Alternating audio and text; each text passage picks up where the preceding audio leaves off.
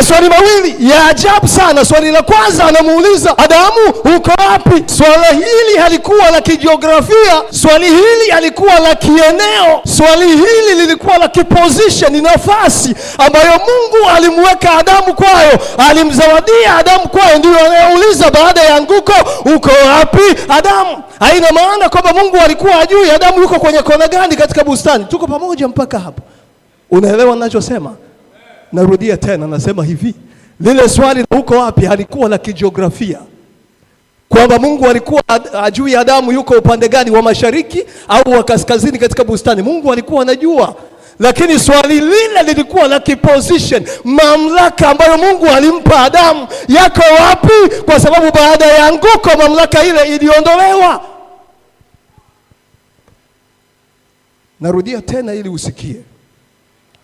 Swali halikuwa la kimazingira, swali lilikuwa la nafasi ambayo Adamu alipewa katika ulimwengu wa roho, ambayo Mungu haioni kwake.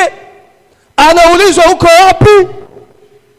Yeye anajibu kijiografia kwamba nilipokuona wewe nilifanya nini? Nilijificha. Na hili ni tatizo la Watanzania hata sasa. Akiulizwa hivi anajibu hivi.